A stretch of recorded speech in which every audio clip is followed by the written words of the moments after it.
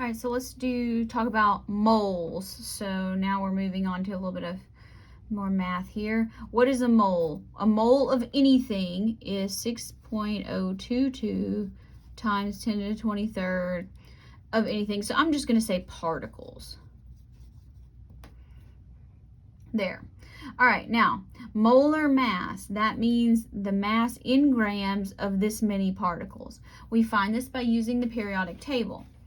So the molar mass of magnesium, find magnesium on the periodic table. There it is. Now, molar mass is where we write the number with the decimal.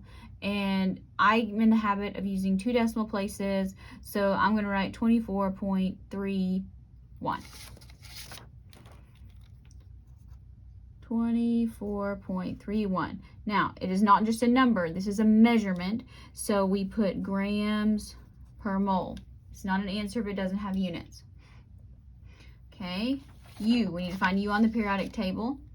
It's down here, it's uranium, 238.03 grams per mole. So this is not hard, it's just using the periodic table. P for phosphorus. And I'm going to go 30.97. You can use more or less. I'm just in the habit of using 2. Make sure you put your units of grams per mole. Now, when we're writing this way, it's okay to write horizontal fractions. When we're calculating, we will want to make these vertical fractions.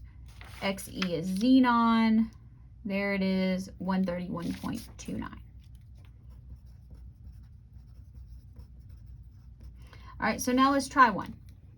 We want to know how many sulfur atoms in this many moles. All right, so let's start with what we're given. 5.52 moles sulfur. I'm just going to write S because that's its symbol. All right, we don't want moles. We want what? Atoms.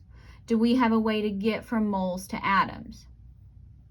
Yes, we do. It's this definition of a mole. So we know that 1 mole of anything, so in this case sulfur, is 6.022 times 10 to the 23rd atoms of sulfur. Remember, it can be M&Ms, it can be donuts, it can be ions, it can be atoms, it can be molecules, it could be telephones. You know, it doesn't really matter. So just fill in the blank there. All right, so now let's carefully calculate here. 5.52 times 6.022. Oh, that's not right. 0.52 times 6.022. This little EE button to the 23rd. You need to use this or you're going to have to use parentheses and it can get complicated. All right, so read your calculator correctly. 3.32 times 10 to the 24th. Do not write me this whole thing. That is not a right answer. 3.32 times 10 to the 24th must have units. That is the correct answer.